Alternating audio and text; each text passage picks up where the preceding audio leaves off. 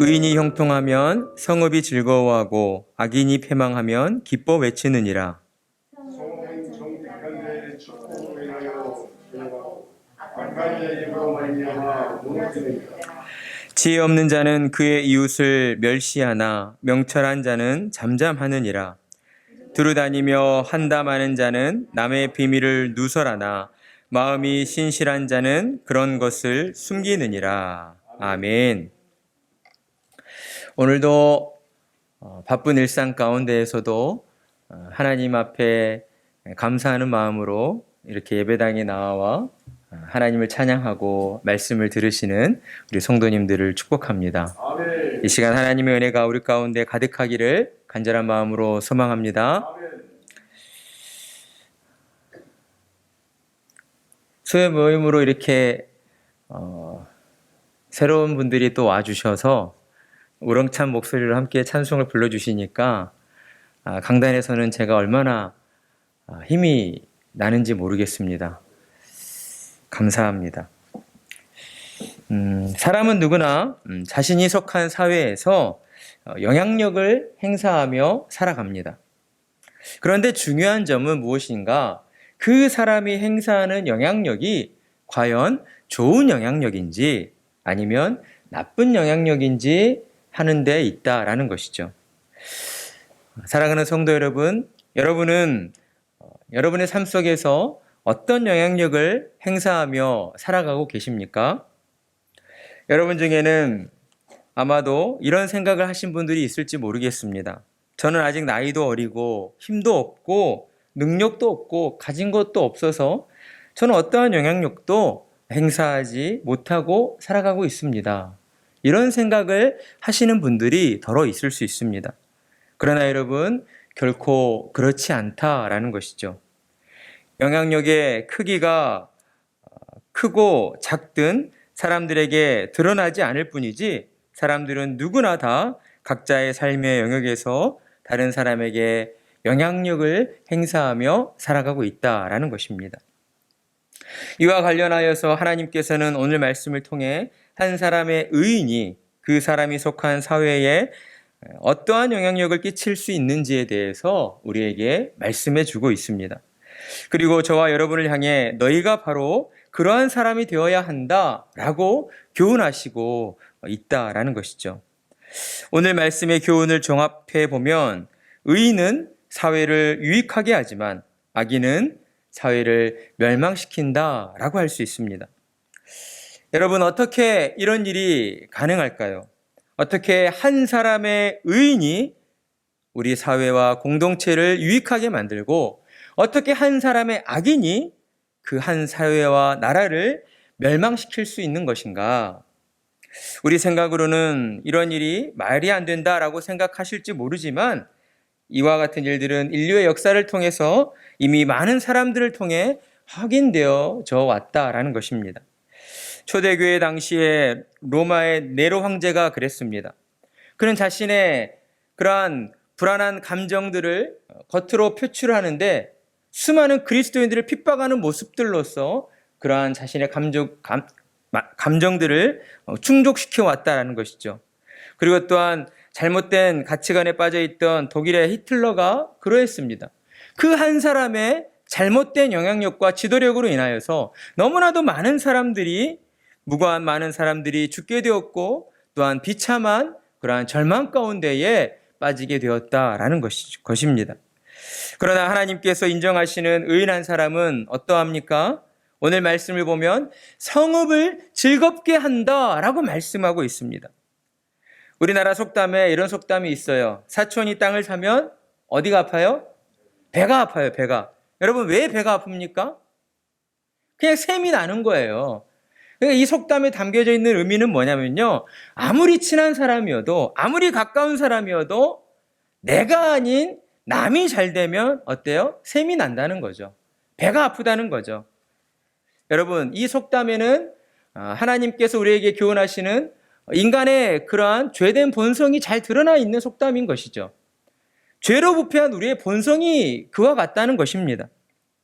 그러나 하나님께서 인정하시는 의인은 그의 형통함은 오늘 말씀처럼 모든 사람들을, 성읍에 있는 사람들을 다 즐겁게 만든다라고 말씀하고 있다는 것입니다. 어떻게 이런 일이 가능합니까? 왜 그럴 수가 있습니까? 하나님께서 인정하시는 의인의 형통은 바로 그 자신으로부터 생겨나는 것이 아니라, 그 자신으로부터 나온 것이 아니라 하나님께로부터 온 것이기 때문에 가능하다라는 것입니다. 하나님께로부터 그에게 주어진 그러한 형통함이기 때문에 그 모든 것이 선하고 아름답기 때문이다라는 것이죠. 그렇기에 하나님이 인정하시는 의인의 형통함은 언제나 우리가 살고 있는 이 세상을 향하여서 하나님께서 베푸신 그 형통함이 흘러 들어가게 되어 있습니다.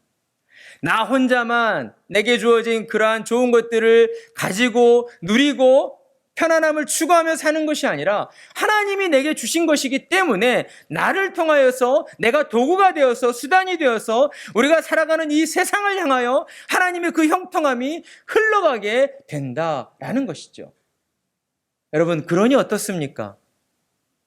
우리와 함께 살아가고 있는 사람들이 기뻐할 수밖에 없는 것 아니겠습니까? 즐거워할 수밖에 없는 것 아니겠습니까?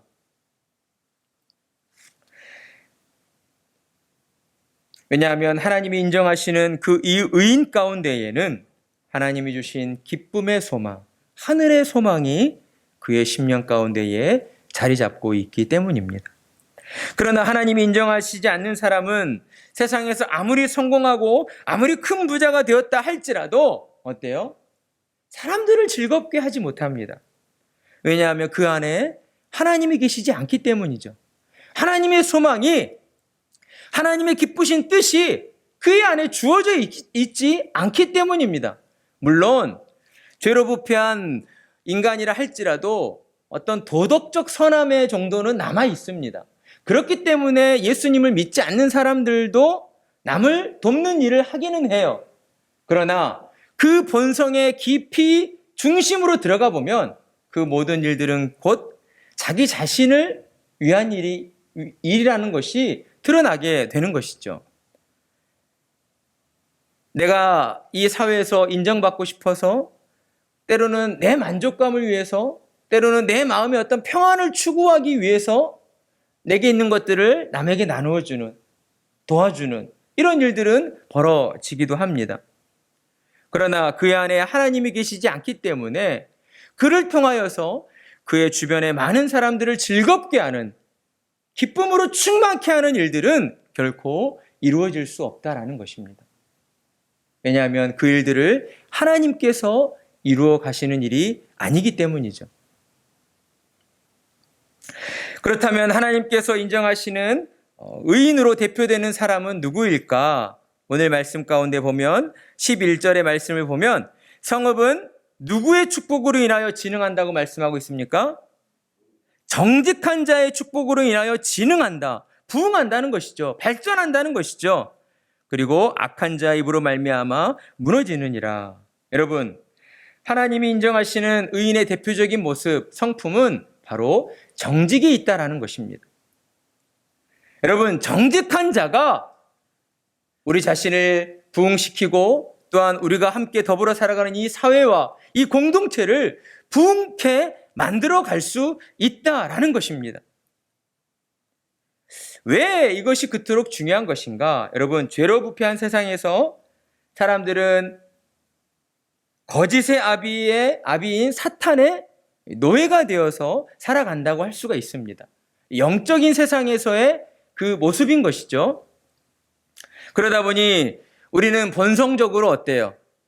태어날 때부터 정직하기보다는 거짓말하는 것이 더 익숙합니다. 솔직히 말해서. 다른 사람들과 만났을 때에도 조금 이렇게 관계가 껄끄럽거나 좀 낯선 사람이라고 한다면 솔직하게 우리 속마음을 다 이야기합니까? 그러지 않아요. 적당히 이야기하고 둘러대고 다른 말로 둘러대는 것이죠. 좋게는 선의의 거짓말이라고 이렇게 표현을 하지만 하나님께서 영적으로 보실 때는 그 모든 것들 또한 거짓에 속한다고 할 수가 있습니다. 그러니까 죄로 부패한 이 본성을 가진 사람들은 본성적으로 정직보다는 거짓에 더 친숙하고 자연스럽다라고 할 수가 있는 것입니다. 그러나 하나님의 은혜가 임한 자는 그의 심령이 변화되어지는 것이죠. 악에 친숙했던 사람이 점점 선에 친숙한 자로, 하나님 나라에 친숙한 자로 변화되어 가는 것입니다. 그래서 하나님의 뜻대로 그는 정직을 말하고 정직하게 행동하고 정직한 마음을 가지고 살아가게 된다라는 것이죠. 그러니 하나님의 은혜로 거듭날 때에만 오늘 11절 말씀에서처럼 이러한 정직한 그러한 심령을 가지게 되는 것입니다. 하나님이 주신 정직한 심령을 가진 자는 그의 모든 행함과 그의 모든 활동에 있어서 무엇보다 먼저 하나님의 축복을 기원하게 되는 것이죠. 자신의 모든 삶의 주관자가 하나님이심을 그가 인정하고 있기 때문입니다. 그의 안에서 자기 자신을 그 누구보다 정직하게 바라보고 있기 때문에 나와 같은 죄인으로서는 아무것도 할 수가 없는 것이구나. 하나님의 도우심이 없이는, 하나님의 은혜가 없이는 나의 삶이 온전히 이루어질 수가 없는 것이구나. 하나님께서 그의 심령 가운데에 은혜를 부어주셔서 변화된 성도의 심령은 모든 일을 행함에 있어서 하나님을 찾고 하나님 앞에 나아가 축복해달라고 기도하게 된다라는 것이죠. 그러니 정직한 자의 그 축복의 기도로 말미암아 그가 속한 공동체와 사회와 모든 사람들이 더불어 행복하게 되어지는, 더불어 발전하게 되어지는 그러한 하나님의 은혜를 누리게 된다라는 것이죠. 하나님께서는 의인이 아닌 정직하지 못한 사람을 또한 지혜 없는 자라고 말씀을 하십니다. 지혜 없는 자들은 항상 그의 이웃들을 멸시하는 모습으로 나타나는 것이죠. 하나님께서는 예수님을 통하여 우리에게 새 계명을 주실 때에 하나님을 사랑하고 내 이웃을 내 몸과 같이 사랑해야 한다라고 말씀하셨습니다. 왜 그렇습니까? 그것이 곧 하나님의 뜻을 실천하는 길이기 때문입니다. 내 이웃 하나님의 형상대로 지음받은 그 한 사람을 우리가 더 소중히 여기고 또한 더 사랑으로 대해야 한다라는 것이죠. 그러나 하나님의 은혜가 없는 지혜 없는 자들은 그저 자기 자신만을 생각하기 때문에 그 주변에 있는 이웃들을 마음 가운데 비난하고 무시하고 또한 멸시하는 그러한 마음들을 품고 있다라는 것입니다. 사랑하는 성도 여러분, 오늘 우리는 잠언의 말씀을 통해서 어떠한 사람이 하나님이 기뻐하시는 의인의 사람으로 살아갈 수 있는가에 대하여 함께 나누어 보았습니다. 하나님 앞에 그의 심령이 정직한 자, 하나님의 은혜로 그의 심령이 변화되어진 자는 하나님을 기쁘시게 해드리는 의인으로 살아갈 수가 있습니다. 그리고 그 의인 한 사람은 그 의인 한 사람으로 말미암아 우리 주변에 있는 많은 사람들과 또 우리 주변의 많은 공동체들을 더욱 기쁘게 하고 즐겁게 만들어 갈 수가 있다라는 것이죠.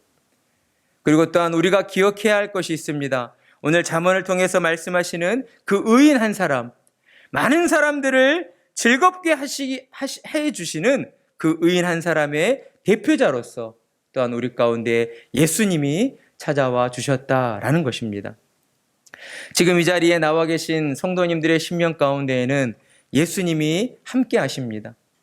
우리를 의인으로 살아가도록 우리의 심령을 어루만져 주시고 또한 우리의 마음의 그러한 형편들을 살펴주시고 우리의 어려움이 있을 때에 우리를 위로해 주시고 격려해 주시고 용기를 붙돋아 주시는 그 예수님이 우리와 함께 계신다라는 것입니다. 여러분 모든 삶 속에서 때로 여러분이 생각지 못했던 어떤 고난과 힘듦과 어려움들이 찾아올 수가 있습니다. 그러나 하나님의 은혜로 거듭난 신자들은 이 땅에서의 내게 주어진 모든 어려움들을 그저 단순한 어려움으로만 받아들이는 것이 아니라 그 시간들 속에서 하나님을 찾고 구하며 또한 하나님의 은혜의 자리로 우리가 더 한 걸음 더 나아갈 수 있는 그러한 복을 받은 자들이다라고 하는 사실을 늘 기억하셔야 할 것입니다.